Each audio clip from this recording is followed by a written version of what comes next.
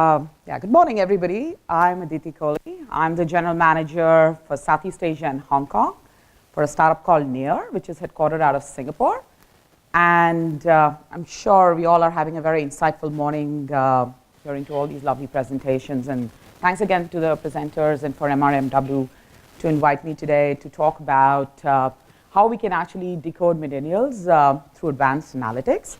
The way I'm going to be doing this today is I'm going to tell you a little bit about Near, just to put context to things as to what and why are we doing this. Then I'm going to put a little bit of a focus on millennials, why are they so interesting, and I'm actually going to club that through a use case that we have done with one of the leading enterprises to see how we understand consumers and how some of the companies can actually benefit to get these insight reports into building better brands. So just a bit on our company here today. Sorry, of course I'm forgetting to turn this on. Let's look at today's scenario. Technology is, of course, making very rapid advancements. There are 6 billion Internet of Things devices today, which by 2020 is going to be around 50 billion. There would, of course, be, and I'm talking from a global perspective, there will, of course, be a ton of data that's going to be generated out of these devices. 5 times more than what it is right now in an average global household. And while we are moving into this era, what we are seeing is every individual actually owns multiple devices, 2 to 3 to 4 or 5 devices in certain advanced markets. So why am I telling you all this? Basically, the challenge today is to identify the consumer. So for example, if we have a person called John in Singapore, he would be having an iPhone to check office emails. He would be having an Android phone. He would be having a MacBook Air at home, a separate desktop in office, and of course, if at all, if he's got an Apple Watch and certain other devices. In a digital world, John would be seen as an independent identity across. What we as a company are doing is, rather to have him as 5 different identities, we look at co-joining and have a unique identifier as John who can be targeted across these 5 devices as just one person rather than 5 different identities. In a sense, what we are trying to do is we are trying to collect massive data. I'm sorry, this is not changing.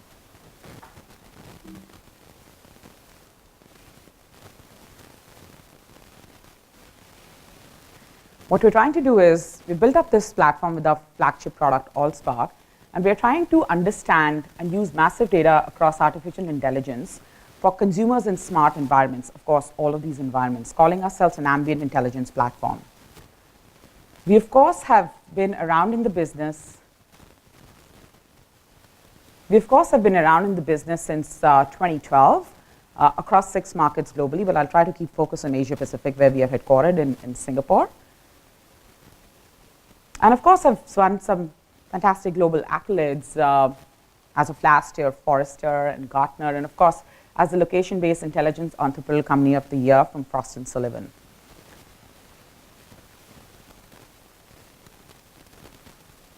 While I'm talking about this data, it can be very convoluting, it can be very confusing. So what we're really planning to reach out to, how are we actually building on this massive data? The key identifier to join all these data sets we have is location.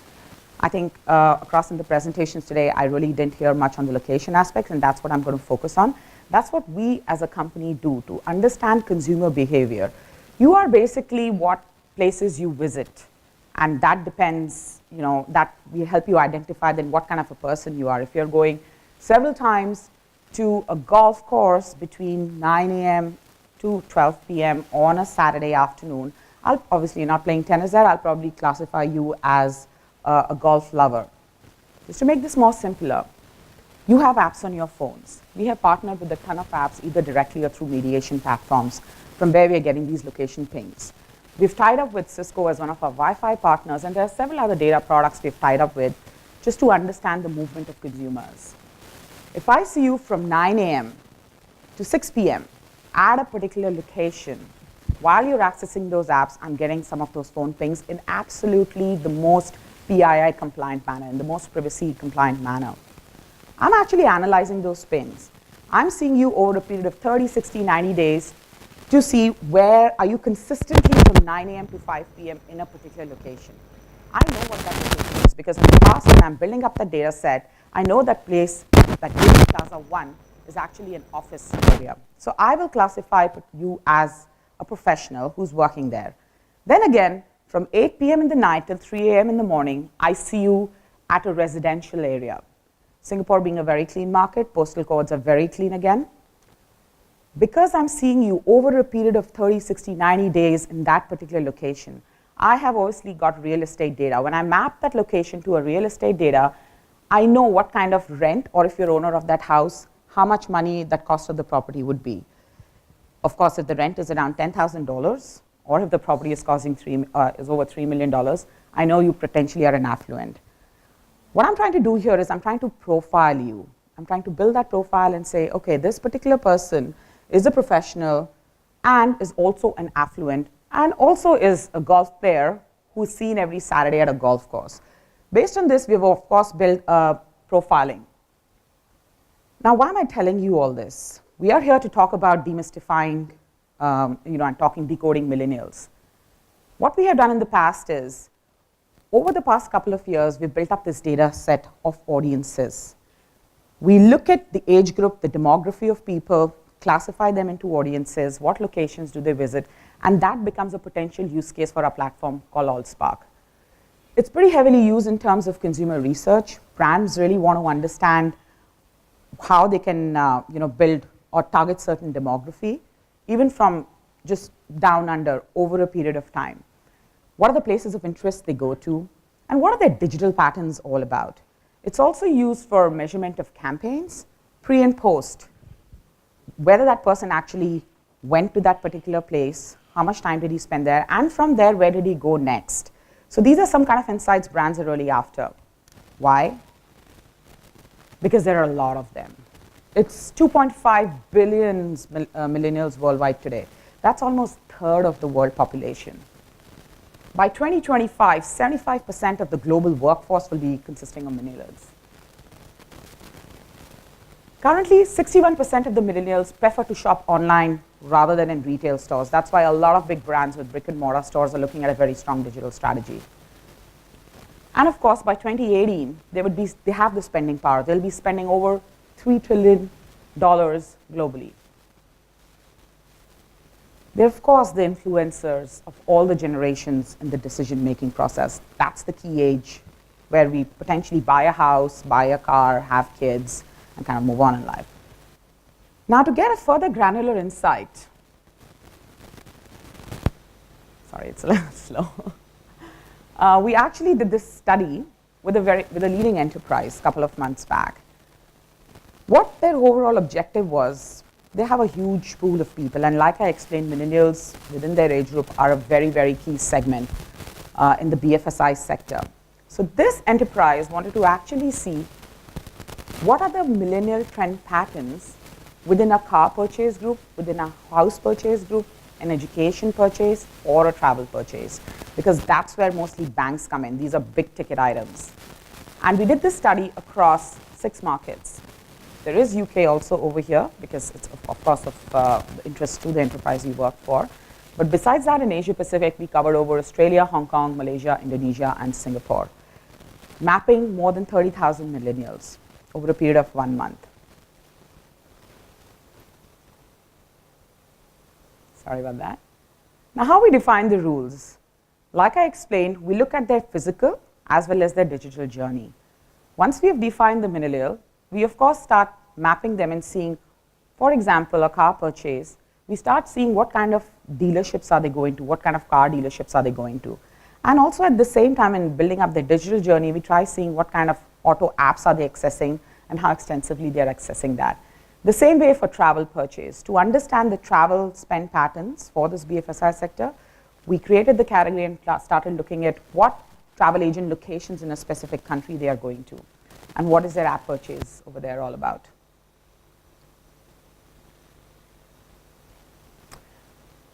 Now, this is actually, of course, just from an understanding of what we were planning on doing, but how did we actually apply that? So we went further upstream. And we split up the millennials as spenders and savers.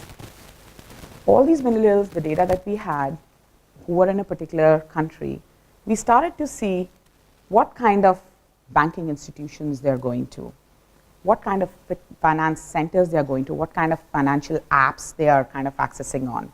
And we categorized them into calling them as savers over a period of time. And then on the other side, we looked at spenders.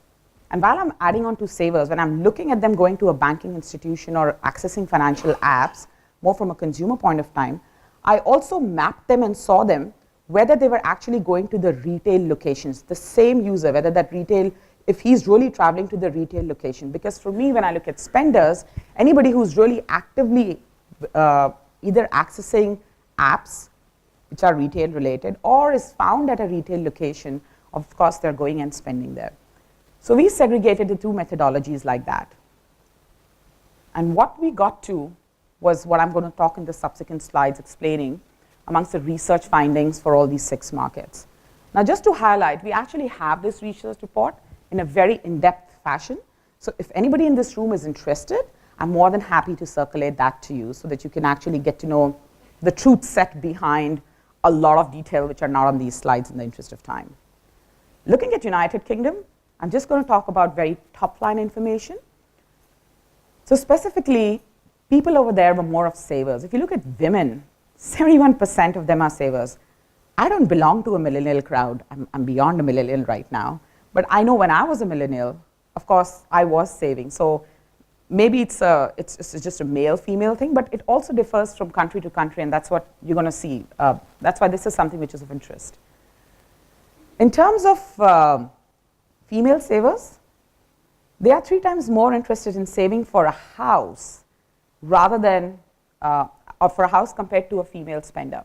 In terms of Australia, if we look at it, overall 44% of millennial savers prioritize for, again, house, followed by education. So this was one of the key statistics that came out.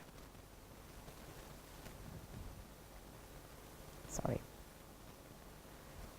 Hong Kong and Singapore, world's most expensive cities. Just taking a light look at them in terms of understanding what the spenders are all about. So in the previous slide, we spoke about savers and who saves. And then in this slide, of course, we're going to look at the spenders.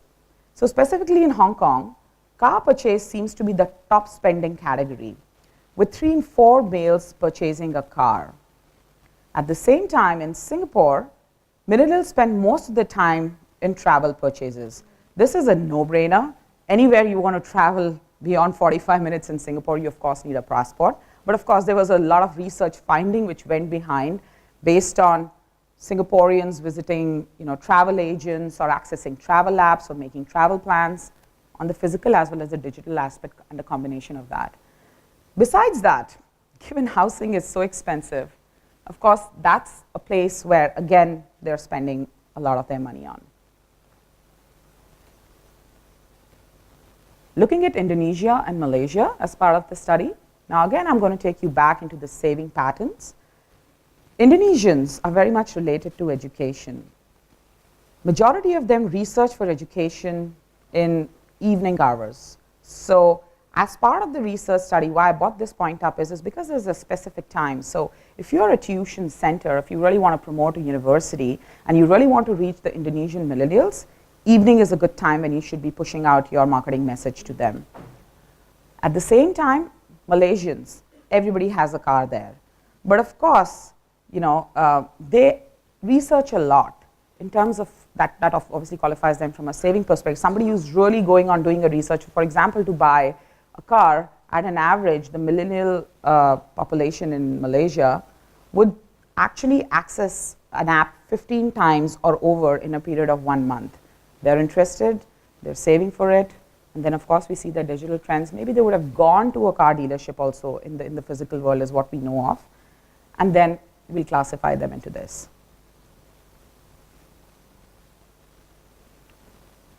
Now, okay, we have done this, we do this, we have been doing this. What is it really getting into? How does it really affect a brand? This research study, of course, was for that BFSI enterprise client. They applied it. It helps them put in strategies in place, what time, how, who are the consumers, what markets they should be going after, even in terms of gender. But what do they actually do after that? These kind of research pieces, or even AllSpark as a platform, can be used for these three specific things. The first one being understanding consumer journey. In this case, what we were doing is we were understanding the consumer journey of millennials. The second thing is, of course, they can make data-driven decisions. So what time to display an ad, like I told you about the tuition center, basically because that's the time they're pretty much browsing for education. And you can also do cross-channel marketing. In the initial slide, I'd spoken about the different platforms that are available there. So of course, if that person is one user, you can show him an ad, because you know that's a millennial, it's a unified ID, it's the same person. You can show him an ad on his Apple phone. Then again, you can show him an ad on his desktop when he's at home, and building up that cross-channel marketing to, of course, save marketing dollars out there. Of course, there's a lot more you can be, that has been covered in the research, and you're going to take a look when you have your hands on that. But there is more, and I think it'll be best if I could just give you a snapshot of how this research report is built. It's just not, there's a lot of number crunching behind it, but it's all done through our platform, AllSpark, which is pulling out all of these IDs. So why don't I take a minute and actually show you a short demo on AllSpark.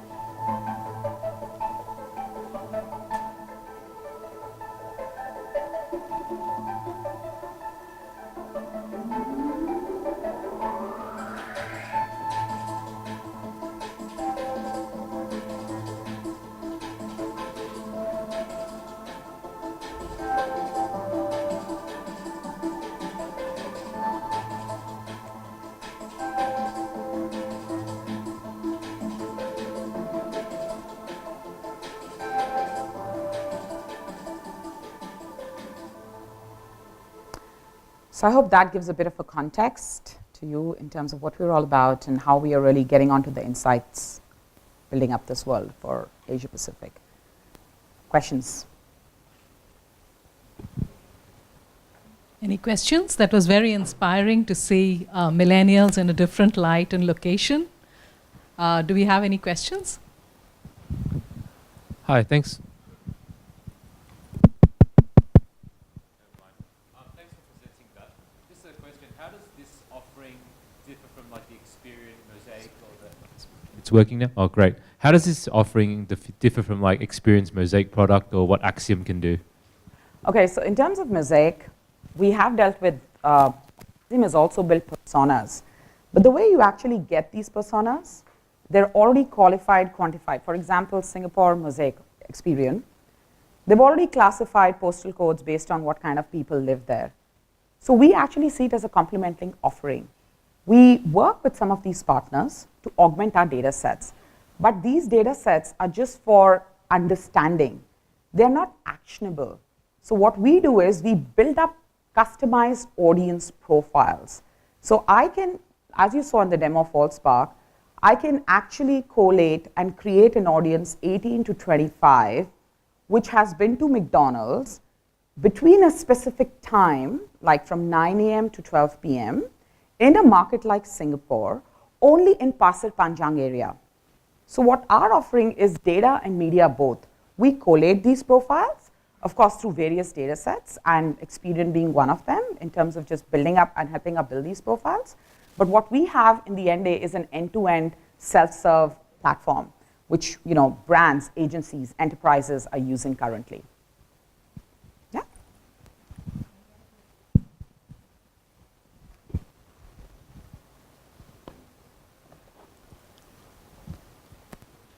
Thank you so much, and have the lovely rest of the day. Thank you, Aditi.